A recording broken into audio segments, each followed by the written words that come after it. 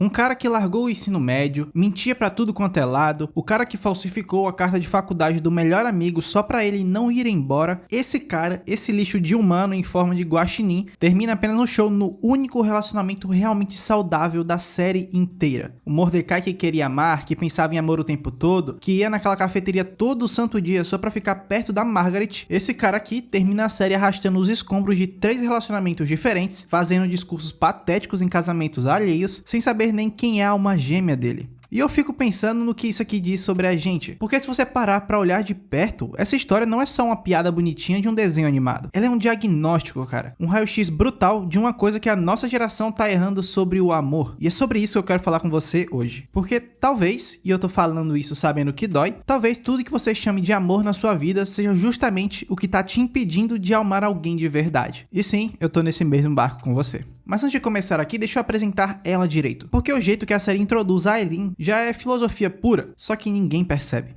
A Eileen é uma toupeira, e toupeiras são animais que vivem no subsolo, que fazem melhor o trabalho debaixo da terra, onde ninguém tá olhando, que constrói o tempo todo, mas constrói em silêncio, longe dos holofotes. E é exatamente assim que ela existe verdadeiramente dentro daquela série inteira. Ela tem sua própria casa, tem seu próprio carro, faz faculdade em tempo integral, nunca reprova, trabalha feito uma condenada, sabe sobre sobrevivência, conhece constelações sem olhar pra elas, sabe sobre tartarugas marinhas, sobre dança, sobre geologia. Ela é aquele tipo de pessoa inteligente de verdade. Não uma inteligência falsa, de citação pronta. Só que o problema é que ninguém tem paciência pra ouvir a Eileen. Durante temporadas inteiras, a série trata ela como apenas a amiga da menina que o protagonista gosta. Ponto. É esse o espaço dela no mundo, na realidade. E aqui mora a verdade que incomoda. Tem um monte de Eileen na sua vida. Tem um monte de gente que tava bem do seu lado, que sabia de coisas, que tinham camadas interessantes, que tinha o mundo inteiro por dentro e você passou por essas pessoas como quem passa por um poste. Porque tava ocupado, porque tava olhando pra outra pessoa, porque não aprendeu a reparar nesse tipo de gente. E o pior é que eu até entendo, porque a gente nunca foi ensinado a reparar nessas pessoas. A gente foi ensinado a perseguir quem brilha, quem tá em evidência. E a toupeira, ela não brilha, ela constrói no escuro, devagarzinho. Agora, vamos pro outro lado dessa história, o Rigby. E é importante deixar bem claro o tipo de criatura que ele era lá no começo, porque senão a evolução dele lá no final do vídeo não vai valer a pena, vai perder o peso. O Rigby do início da série é sem rodeio nenhum uma pessoa ruim. Ele mente o tempo todo, causa desastres, foge de responsabilidades, ele tem uma inveja doentia do irmão mais novo e trata ele mal por pura insegurança. E a pior coisa que ele já fez, aquela que no mundo real acabaria com qualquer amizade, foi falsificar uma carta de rejeição para a faculdade do Mordecai. O melhor amigo dele tinha sido aceito e o Rigby, com medo de ficar sozinho no parque, com medo de ficar para trás, simplesmente roubou o futuro do cara. Deixou ele acreditando por anos que não tinha conseguido. E é desse ponto aqui que a gente tá partindo, tá? Esse é o cara que vai chegar no relacionamento mais saudável da série inteira. E o contraste é ficando mais cruel quando você percebe que o Mordecai, esse tempo inteiro, é o suposto romântico. É aquele que tá na frente do espelho tentando aprender a se declarar, é ele que tá gastando as temporadas inteiras perseguindo amor, enquanto o Rigby, essa criatura incapaz de ter qualquer sentimento bom pelos outros, tá ali de fundo sem fazer ideia de que a pessoa que vai mudar a vida dele já estava do lado dele esse tempo todo. E tudo isso começa a mudar no lugar que ninguém esperaria, num acampamento. Mordecai e Rigby levam Margaret e Eileen para acampar. Em determinado momento ali do episódio, Mordecai tenta apontar para uma constelação para parecer interessante para Margaret ali, só que ele erra feio qual era a constelação. E a Eileen, sem fazer o menor estardalhaço, corrige ele sem precisar nem olhar para cima. Depois disso acontece outro ponto importante, eles perdem os fósforos e ela acende a fogueira de um jeito antigo, sem drama, sem pose, como quem faz isso desde criança. E o Rigby, que passou 2 temporadas tratando ela como um ruído de fundo, solta uma frase que parece jogada fora. Isso foi meio legal. E essa frase é o ponto de virada silencioso de toda a história desses dois. Porque foi a primeira vez que o Rigby realmente olhou pra ela, não como a amiga da amiga, não como um incômodo que insistia em gostar dele, viu como uma pessoa de verdade. E aqui eu preciso te apresentar um cara que mudou meu jeito de entender isso, apesar de infelizmente eu ainda não conseguir,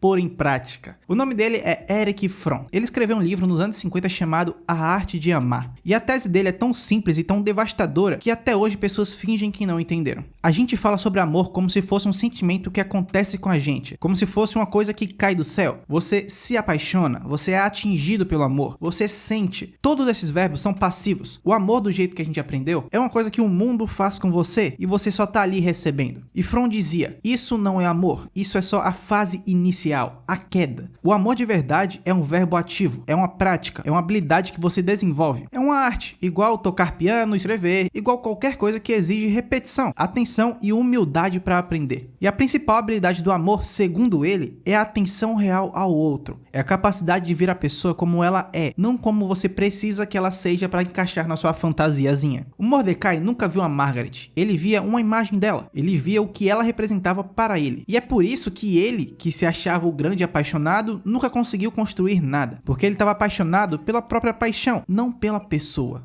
O Hickman, naquela fogueira, pela primeira vez, viu Eileen. E quando você vê alguém de verdade, alguma coisa começa a mudar dentro de você, mesmo que você ainda não saiba nomear o que seja. E eu quero que você pense numa cena para entender o peso disso, para saber o que é o amor de verdade. Pensa no casal mais velho que você conhece, pode ser seu avô, avó, seus pais, um casal vizinho. Pensa no momentozinho besta, no almoço, por exemplo, quando um deles separa o pedaço de carne sem gordura e coloca no prato do outro sem precisar perguntar. Ou sei lá, na hora do café, quando um sabe exatamente o ponto que o outro gosta. Isso é amor no sentido do Fromm. Isso não é o sentimento. Isso é a habilidade acumulada ao longo das décadas. É a atenção repetida tantas vezes que virou uma segunda natureza. Você sabe o que ela quer mesmo sem que ela fale nada. E a gente cresce vendo essas cenas soltas em alguns momentos da nossa vida sem entender que estava vendo a coisa mais difícil do mundo sendo feita na nossa frente como se fosse nada. Só que apenas o show não te entrega isso de uma vez. A série constrói o Rigby e a Eileen em micromomentos, que a própria narrativa mal comenta. E é aqui que a coisa começa a ficar mais interessante, porque tem outro filósofo que explica exatamente o que acontece naquele momento. O nome dele é Søren Kierkegaard, dinamarquês, século XIX, um cara meio atormentado, podemos dizer, mas que escreveu uma das coisas mais úteis sobre como a gente vive. Ele dizia que existem basicamente dois jeitos de atravessar a vida. Ele chamava esse jeito de estágio estético e estágio ético. No estágio estético, você vive atrás da intensidade. Você quer sentir muito, quer novidade, quer a próxima experiência, a próxima brisa. Você organiza sua vida em torno do que te dá emoção. Já no estágio ético, você para de correr atrás de intensidade e começa a escolher. Você escolhe uma pessoa, um caminho, um compromisso e começa a construir sua vida a partir dali. Mesmo quando não é emocionante, mesmo quando ninguém vai aplaudir, mesmo quando parece pequeno.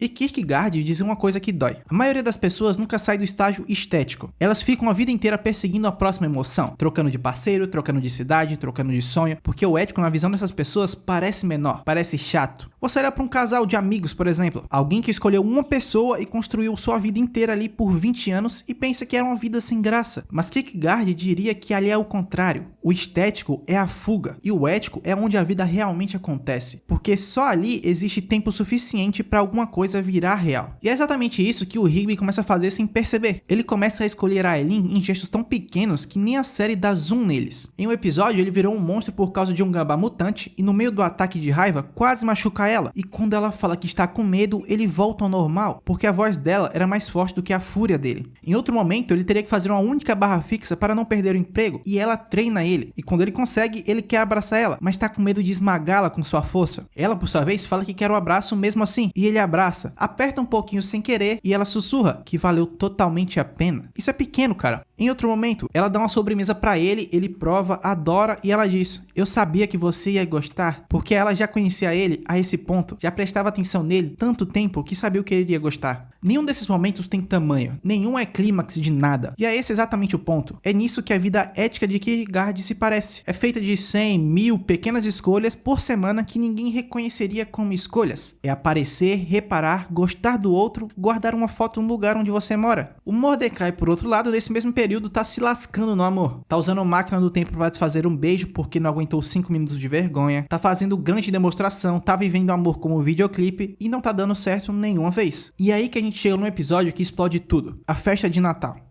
Esse é o episódio em que dois caminhos paralelos se encontram no mesmo cômodo, e a série faz questão de escancarar o contraste para você não conseguir ignorar. O Mordecai passa a festa inteira em pânico. Margaret tá lá, CJ tá lá, ele tenta gerenciar as duas histórias ao mesmo tempo, tenta parecer sincero com uma, tenta se reconectar com a outra, e acaba fazendo a pior coisa possível. Beija a Margaret no meio da noite, com a CJ praticamente do lado. O relacionamento dele acaba ali. Anos de construção desmontam em 30 segundos, em uma escolha, porque ele nunca parou de estar apaixonado pela própria dramaturgia liturgia. E no mesmo episódio, no mesmo lugar, na mesma festa, o Rigby dá uma bola de discoteca barata de presente para Aileen. E quando Mordecai provoca ele por não ter coragem de fazer nada de verdade, o Rigby simplesmente vai até ela e beija a bochecha dela. E aqui eu preciso te apresentar o último cara da nossa lista. E esse é o mais brutal dos três. Byung-Chul Han, filósofo sul-coreano que vive na Alemanha. Ele escreveu um livro curto e cortante chamado A Agonia do Eros. A tese dele é devastadora e eu vou tentar resumir aqui de um jeito que você consiga sentir de fato. Han dizia que o amor, no sentido real da palavra, tá morrendo. E não tá morrendo por falta de oportunidade. Tá morrendo porque a gente virou narcisista. E narcisismo, pra ele, não é aquela coisa rasa de se achar demais, de pensar que o mundo gira em torno de você. É uma coisa muito mais sutil e muito mais comum.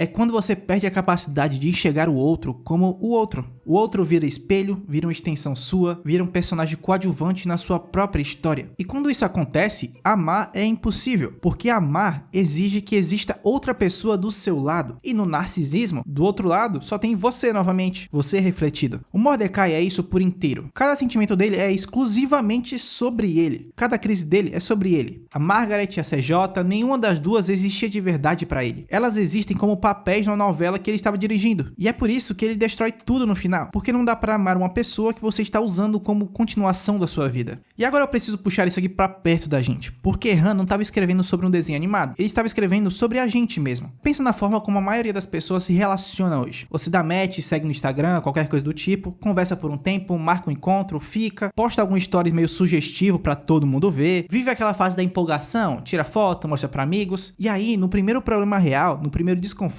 no primeiro momento em que o outro para de servir ao humor do seu dia, você some. Você não amou a pessoa, você amou a experiência de estar começando alguma coisa com ela. E eu tô falando isso aqui de cara limpa porque, infelizmente, e eu sei que isso é muito errado, eu sou exatamente esse cara. Eu saio com pessoas, fico, e na hora que começa a ficar sério, eu simplesmente sumo. Se alguém me cobra, eu vazo. Se alguém faz alguma merda, eu vazo. Coisa do tipo. Então, cara, eu obviamente não tenho nenhum respaldo pra dar uma aula aqui pra vocês. Eu tô dizendo que eu também sou um dos caras que Han tá descrevendo. Eu também estou no estágio estético do Kierkegaard e eu também nunca pratiquei Fromm. A diferença é que eu pelo menos consigo nomear. E talvez esse seja o primeiro passo para alguma coisa eventualmente mudar. Saber o que você não está fazendo. Porque o pior tipo de cego é aquele que acha que está enxergando. E é exatamente isso que torna o Rigby tão absurdo nesse episódio de Natal. Ele não tá vivendo no narcisismo. Ele só tá ali, como uma única pessoa, fazendo uma coisa pequena, completamente inteiro. Ele saiu do estético sem nem perceber que existia um lugar pra sair. Chegou no ético quase por acidente. E essa é a parte mais injusta de toda a história. Porque o cara que começou como um lixo, chegou no lugar onde a maioria das pessoas nunca vai chegar na vida inteira. E tem mais uma camada ainda, que é o momento que pra mim é o ponto alto de toda a série. Depois do casamento do Musculoso, onde Mordecai mais uma vez destrói tudo com um discurso patético sobre a alma gêmea, o Rigby, que estava namorando em segredo até então, diz para o Mordecai que ele e a Aileen já estavam juntos há um tempo, mais de meses sem ninguém saber. E quando você pergunta o porquê, a resposta é a coisa mais bonita da série inteira. Foi porque a Aileen pediu. Ela não queria esfregar a felicidade deles na cara do Mordecai enquanto a vida romântica dele estava desmoronando. Ela pensou primeiro nele, pediu pro Rigby guardar o segredo e o Rigby guardou. O cara que começou a série sem conseguir dizer uma única verdade, o cara que mentiu sobre a faculdade do melhor amigo durante anos por pura covardia, esse mesmo cara guardou um segredo por 3 meses para respeitar o pedido de uma parceira, que era para proteger um sentimento de uma outra pessoa ainda. Para um segundo nisso aqui, porque isso é uma das definições mais limpas de amor que já foram filmadas em qualquer situação. Amor é o que você faz quando não tem plateia, quando ninguém vai aplaudir, quando a atitude certa não te dá nenhuma recompensa. E a maioria de nós nunca fez isso. Eu me incluo, obviamente. E o Rigby, sem filosofia nenhuma, sem livro de autoajuda, sem terapia, fez em 3 meses o que muita gente não faz a vida inteira. Agiu certo no escuro. E o último pedaço dessa história talvez seja o mais delicado de todos. Em determinado momento, o Rigby começa a sumir. Ele some pra ir pra escola, ele voltou a estudar sem contar pra ninguém, ele tava tentando terminar o ensino médio que largou, e a Aileen acaba descobrindo, fica magoada pela mentira e fala uma coisa muito importante. Ela diz que ele não precisa mudar por ela, que ela gosta dele do jeito que ele é. E o Rigby responde que vai continuar mesmo assim, porque aqui não era por ela, era por ele. E sim, talvez um pouquinho por ela também, mas esse é o ponto, cara. Essa resposta é tudo. Porque amor de verdade não transforma você em outra pessoa. Amor de verdade faz você querer ser uma versão melhor de quem você já é, mas por escolha sua, não por pressão do outro. A Aileen nunca existiu nada, nunca exigiu que ele tivesse um diploma. Ela amava ele do jeito que ele era, um guaxinim preguiçoso. E justamente porque ela amava ele assim, que ele teve vontade de ser mais. Essa é a diferença entre amor e cobrança.